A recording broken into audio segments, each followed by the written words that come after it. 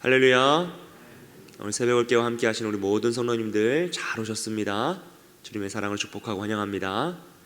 오늘은 사무엘상 19장 8절에서 24절 말씀을 통해 하나님의 영에 사로잡혀 무력화되는 악한 시도라는 제목으로 함께 말씀의 은혜를 나누기 원합니다. 이런 8절 말씀을 보시면요, 다시 블레셋과 전쟁이 일어나자 다윗은 자신이 굉장히 위험한 상황에 처했음에도 불구하고 나라를 지키기 위하여서 자신의 역할과 자신의 사명을 감당하기 위하여서 전쟁터로 나아가 싸웁니다. 참 어려운 상황인데도 그는 자신이 해야 할 사명과 그 책임을, 그 역할을 잘 감당하는 모습을 볼 수 있습니다.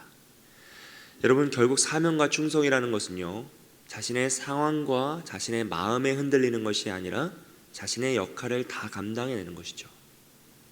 아무리 힘들어도 어머니들이 아침을 차려 그 왼수 같은 자식들을 먹이는 것이 사명입니다. 아무리 속을 썩여도, 아무리 말을 안 들어도 아이들의 입에 밥 한 숟갈 더 넣어주려고 애쓰고, 반찬을 한 가지 더 만들어주고 애쓰고, 나가기 싫은 일터로 발걸음을 나아가서 역할을 감당해내는 것이 부모의 사명인 것이죠. 우리 삶에서요, 이런 모습은 너무나 많이 나타납니다. 그리고 또 우리가 알지 못한 채 감당하는 사명도 굉장히 많아요. 여러분, 지금 충분히 잘하고 계신다라는 그 마음을 가지셨으면 좋겠어요. 부모로서, 자녀로서 가정을 위해 기도하고, 부모를 위해 기도하고, 내 이웃을, 내 교회를 위해서 기도하는 모습 자체가 이미 너무나 잘 감당하고 계신다라는 것을 한 번쯤 생각해 보셨으면 좋겠습니다. 그리고 8절부터 10절을 보시면요, 악령에 사로잡힌 사울을 위해 다시 다윗이 수금을 탑니다. 그리고 또 그를 죽이고자 하는 사울의 시도가 나타나고요, 그 다윗은 사울을 피해 도망치죠. 여러분, 이 모습은요, 사무엘상 18장 10절에 한번 반복되었던 모습이죠. 사울이 악령에 시달려서 고통받을 때 사울이 수금을 탑니다. 그러자 사울이 다윗을 죽이려고 손에 창을 들고 있다가 다윗을 향해 던지죠. 다윗은 그걸 2번 피하였고 도망쳤어요. 이 일이 다시 반복되면 다윗은, 이게 사람은 감각적으로 그걸 알게 돼 있거든요. 특히 악령이 임한다라는 것은 누구나 다 느낄 만큼 어려운 상황입니다. 다윗은 그 상황을 알았기에 수금을 타죠. 근데 만약 우리 같으면 다시 그 일을 반복할 수 있을까? 나를 죽이려 했던 사울을 위해 수금을 탈 수 있을까라는 고민을 하게 돼요. 그럼에도 다윗은 어떻게 합니까? 자신이 왕인, 자신의 장인어른인, 자신이 사랑하는 사울이 악령에 들자, 그가 고통받자 그를 위하여 다시 수금을 타고 있습니다. 이런 모습을 통해서요, 우리가 좀 고민해보고 생각해볼 것이 있는데요, 다윗에게 사울은 어떤 사람이었을까요? 도대체 어떤 의미가 있기에 자신을 죽이려 하는 사람을 위하여 수금을 타고 그를 대신하여 전쟁에 나아가 목숨을 걸고 전쟁을 이루고요, 승리하고 또 끝까지 사울을 지킬 수 있었을까라는 고민을 하게 되죠. 여러분, 다윗에게 사울은요, 첫째로는 자신이 충성을 맹세한 왕이었습니다. 다윗은 신하였고 사울은 왕이었죠. 두 번째로 맺어진 관계가 무엇입니까? 사울의 딸 미갈과 결혼함으로써 다윗은 사울의 사위가 되었죠. 즉 사울은 다윗의 장인어른이 됩니다. 그리고 마지막으로 가장 근본적인 의미는 무엇이었습니까? 사울은 하나님에게 기름 부음 받은 자라는 의미가 다윗에게 있었죠. 그 세 가지 의미 중에서요, 다윗은 자신이 의지를 다하여서 충성을 맹세한 자신의 의지보다, 또 인간적인 관계로 맺어진 가족이라는 그 울타리보다 하나님이 기름 부으신 자, 하나님이 세우신 왕, 하나님이 이 사람을 사용하신다는 그 의미를 가장 강력한 의미로 가지고 가랍니다. 그래서 마지막까지도 다윗은 사울을 지키려 하고요, 사울의 죽음 앞에서 정말 슬퍼하며 목 놓아 눈물을 흘리는 것은 하나님의 기름 부으신 자가 너무나 초라하게 생명을 잃었다라는 것을 슬퍼하는 것이었죠. 결국 이런 다윗의 모습을 통해서요, 오늘 우리의 인간관계의 모습을 한번 되돌아보려 하네요. 여러분, 오늘 우리에게는 어떤 의미가 가장 중요한 관계의 의미이고, 또 어떤 의미를 가장 중요하게 우리가 생각하면서 살아가고 있습니까? 우리의 관계, 주변 관계들을 보면요, 개인적인 호감에 의해서 맺어지는 관계들이 있어요. 나랑 잘 맞는 사람이 있죠. 나랑 성격이 비슷하거나 성향이 비슷하거나 관심사가 비슷해서 맺어지는 관계들이 있습니다. 또 서로의 유익을 위해 관계를 맺어가는 경우도 있어요. 서로가 서로에게 도움을 줄 수 있고요, 서로가 서로에게 이익을 줄 수도 있습니다. 그래서 맺어지는 관계도 있죠. 하지만 그보다 더 근본적이고 우리가 더 중시해야 되는 관계는 무엇입니까? 바로 영적인 관계라는 거죠. 하나님이 맺어주신 관계가 있어요, 여러분. 가족이 그렇고요. 가족은 내 힘으로 막 지킨다고 잘 되는 게 아니거든요. 하나님의 영적인 섭리 안에서 우리 가족, 부부가 만나게 하시고 자녀를 허락하셨다는 그 사실을 믿어야지만 자녀가 내 것이 되지 않고 하나님의 것이 되고요, 부부가 서로를 존중하고 사랑하면서 하나님 안에서 온전한 가정을 이루는 것을 더 중요하게 생각합니다. 그리고 두 번째 가족은 무엇입니까? 하나님이 교회의 울타리를 통해서 맺어주신 영적인 가족이죠. 우리 구역이 그렇고요, 전도회가 그렇고요, 부서들이 그렇고요, 우리가 영적인 관계를 맺어가는 그 모든 울타리가 다 하나님이 맺어주신 영적인 가족이다라는 그 사실을 우리가 기억하며 살아가야 한다는 것이죠. 사랑하는 여러분, 하나님이 맺어주신 이 영적인 가족이 가족을 뛰어넘는 더 놀라운 가족 되기를 주님의 이름으로 축복드립니다. 11절부터 17절까지는요, 사울을 피해 도망친 다윗과 또 그를 사로잡고자 하는 사울, 그리고 그 다윗을 돕는 미갈의 지혜가 나타나요. 사울은 다윗을 죽이기 위해 사위로 삼았지만 사울의 딸 미갈은 정말 다윗을 좋아했어요. 사랑했습니다. 그래서 그와 결혼하는 것을 기뻐하였죠. 그래서 이렇게 지혜로운 방법으로 다윗을 피난시키고요, 다윗이 또 멀리 도망칠 수 있도록 시간을 벌고 있는 모습이 오늘 본문의 말씀이에요. 여러분, 다윗을 살리기 위해 지금 미갈이 하는 방법은 무엇입니까? 그냥 거짓말이었어요. 거짓말을 한 거죠. 그렇다면 이 미갈의 거짓말을 우리가 어떻게 보아야 할 것인가를 고민해 봐야겠어요. 왜냐하면 십계명에서는 분명히 거짓 증언하지 말라라고 율법으로 정해 놓으셨기 때문입니다. 여러분, 성경에는요, 자신의 욕망과 탐욕을 위해 사용하는 거짓이 나타나고요, 또 반대로 복음의 대의적 상황에서 통용되는 거짓이 있습니다. 기생 라합이 여리고 정탐을 온 정탐꾼들을 살려주기 위해 어떤 방법을 선택하죠? 거짓말을 하죠.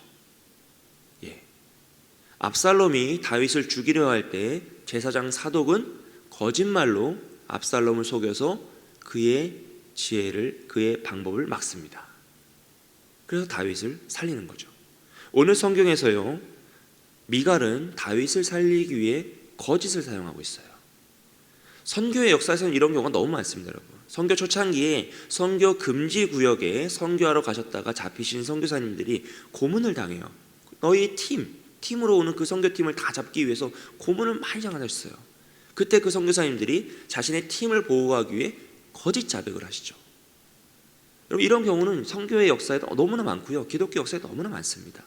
이런 거짓말들은 무엇입니까? 복음의 대의적 상황 속에서 통용되는 거짓으로서 하나님이 그것을 율법을 어겼다라고 책망하지 않으신다라는 거예요. 반대로 사울은 다윗을 죽이기 위해 계속 거짓말로 다윗을 속이고 있죠. 그런 치밀한 계획들, 자신의 욕망과 이익을 위해서 하는 거짓말들은 마땅히 죄악으로 평가받고요, 율법을 어긴 것으로 평가받습니다. 그렇다면 오늘 우리의 언행은 어떻습니까? 우리가 하는 말 중에 이 세상을 하얀 거짓말이라고 하는 것들이 너무 사실 많은데, 사실 그 저변에 깔린 우리의 욕망은 무엇이죠? 나의 이익과 나의 유익함이 깔려있다라는 것이에요. 그것들을 더 우리는 자세히 살펴보고요, 더 세밀하게 살펴서 거짓을 멀리하고 대의적 복음의 역사 속에서 복음을 지키기 위한 지혜는 발휘해야 되는 것이 지혜다라는 것이죠. 그리고요, 18절부터 24절까지 보시면요, 사울을 피해 사무엘에게 도망간 다윗은 라마로 도망칩니다. 그 사무엘과 함께 생활하였고요. 그 소식을 들은 사울은 다시 다윗을 잡기 위해 전령들을 보내고 있어요. 그러나 다윗을 잡으러 온 전령, 명령을 받아서 온 그 군사들은요, 사무엘을 통하여서 또 하나님의 강권적인 임재를 통하여서요 예언을 하기 시작합니다. 그 소식을 들은 사울은 다시 두 번째 전령을 보내요. 근데 그 군사들도 하나님의 강권적인 임재 앞에서 아무것도 하지 못하고 예언을 하기 시작하죠.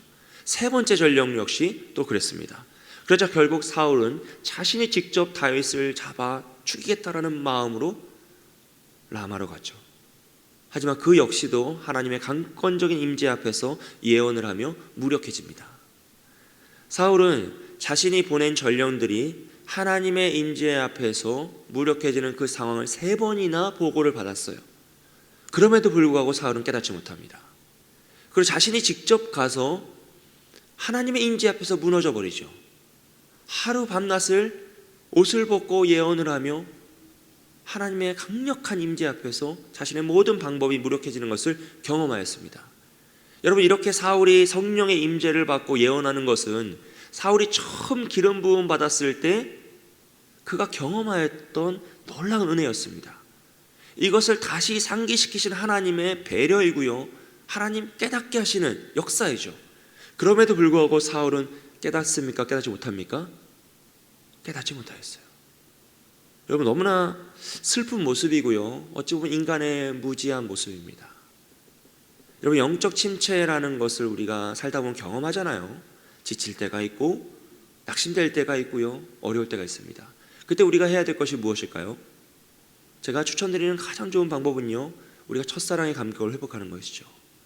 어떤 분들은요, 첫사랑의 그 하나님의 은혜를 처음 받았던 그 놀라운 감격이 새벽 기도회를 통해서 받으신 분들이 계세요. 또 어떤 분들은 부흥의 대집회 같은 경우를 통해서 받으신 분들도 계시죠. 어떤 분들은 찬양을 통하여 물밀듯이 쏟아지는 하나님의 은혜를 경험하신 분들이 계십니다. 그러면요, 우리가 좀 침체되었을 때 가장 먼저 해야 될 일은 내가 처음 은혜 받았던 그 순간을 떠올리며 그 방법을 다시 회복하는 것이에요.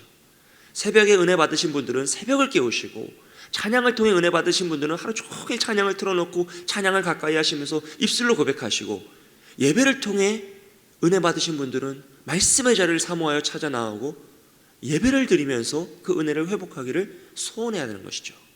이것이 하나님이 다시금 우리를 회복시키는 가장 좋은 방법 중에 하나입니다. 오늘 하나님은 사울에게 그것을 행하시는 거예요. 성령을 임하게 하심으로 악령에 시달렸던 그 사울이 그 고통에서 벗어나 완전한 자유함을 누리며 왕으로서 옷을 다 벗고 모든 채통을 다 내려놓고 자신이 지금까지 그 보았던 다른 사람들의 이목, 그렇게 신경 썼던 다른 사람들의 말과 눈을 다 신경 쓰지 않고 오직 하나님 앞에서 완전히 벌거벗은 채 예언을 하는 그 모습, 그 모습을 통하여서 첫사랑, 첫 은혜의 감격을 회복하라. 너의 그 마음, 다른 사람을 신경 쓰는 그 마음을 내려놓고 이제 나만 바라보며 다시 온전히 회복하라는 하나님의 배려였죠. 하지만 그럼에도 그는 깨닫지 못합니다. 너무나 슬픈 모습이죠.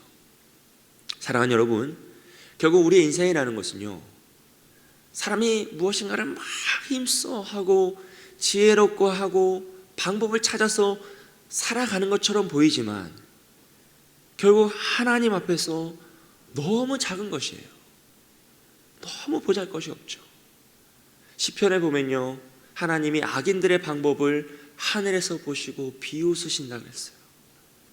너무 어이가 없어서, 너무 하찮아서 비웃어 버리신다라고 하죠.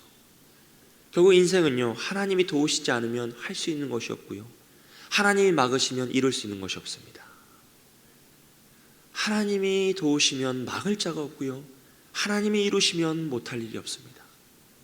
사랑하는 여러분, 결국 우리가 이 세상을 살아가면서 또 오늘 사울의 방법과 그 무너지는 모습을 보면서 결국 지혜라는 것은 겸손한 마음으로 하나님 앞에 나와 하나님의 뜻을 구하고 하나님의 은혜를 사모하며 오늘 나를 회복시키시기를, 오늘 나에게 다시 그 은혜를 주시기를, 그 두려움에 사로잡힌 나를 위로하시고 다시 일으키시기를 소망하며 한 걸음씩 나아가는 것이 아닌가 생각해 봅니다. 그리고 바라기는 우리 모두가 매일 새벽을 깨우면서 그 은혜를 사모함으로 지혜로운 하나님 원하시는 믿음의 삶을 살아가시는 저와 여러분이 되시길 주님의 이름으로 축복드립니다. 함께 기도하겠습니다. 이 시간 함께 기도할 때 우리 나라와 민족을 위해서 기도해 주시고요, 또 우리 교회의 모든 사역들 양육훈련과 구역 모임이 개강하였습니다. 주여, 이 모든 영적인 모임과 훈련 가운데 함께 하셔서 우리가 서로 사랑하게 하시고 모든 관계가 회복되게 하여 주시고, 양육훈련을 통해서 배우기에 힘쓸 때 하나님 능력으로 함께 하여 주시고 지혜를 허락하여 주옵소서. 화요일날 전도위원회 개강 예배가 드려집니다. 이 전도위원회 개강 예배를 통하여서 우리 교회가 더욱더 복음을 전하고 끝까지 전도하는 우리 강역교회 되게 해달라고, 또 이번 주 한 주간 말씀 붙잡고 오직 믿음으로 살아가게 해달라고 지금 함께 기도하며 나아갑니다. 사랑과 은혜가 많으신 하나님 아버지 감사합니다. 이 나라와 민족을 주님 앞에 올려드리오니 주님께서 기뻐 받아주시고 주님께서 지켜주시옵소서. 하나님, 인간의 계획과 지혜는 하나님의 지혜 앞에서, 하나님의 방법 앞에서 무력한 것임을 고백하오니 주여, 이 나라 민족이 오직 주의 말씀 앞에서 온전히 서게 하여 주시고 이 지켜가 나아가게 하여 주시고, 무엇보다 우리 위정자들 주여 주님을 두려워하며 주님의 지혜와 방법으로 나아갈 수 있도록 도와주시옵소서. 하나님, 우리 교회 이제 양육훈련과 구역모임 전도위원회 개강 예배로 모든 것을 힘있게 나아갑니다. 주여, 모든 구역모임 가운데 임재하여 주셔서 영적인 가족이 더 큰 가족이 되게 하여 주시고 진정한 사랑의 관계가 회복되게 하여 주시고, 양육훈련을 통해서 배우고 힘쓰게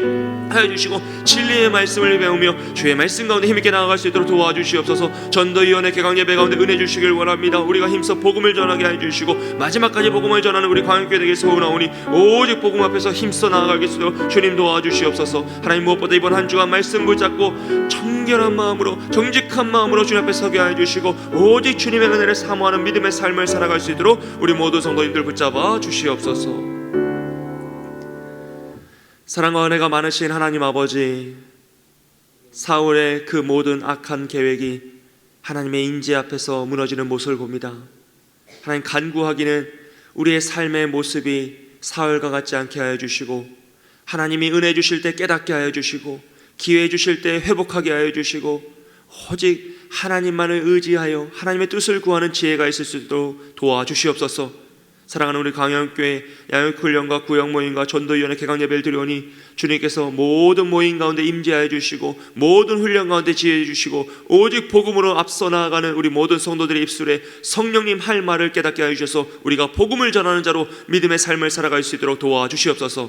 이번 한 주간 주님께서 말씀 붙잡고 살아가게 하실 줄 믿습니다. 화급한 일 당하지 않게 하여 주시고 언제나 도우시는 하나님의 역사로 주의 위로의 역사, 은혜의 역사가 가득한 한 주 될 수 있도록 도와주시옵소서. 주님께서 언제나 함께 하실 걸 믿사오며 감사드리며 예수님의 이름으로 기도합니다.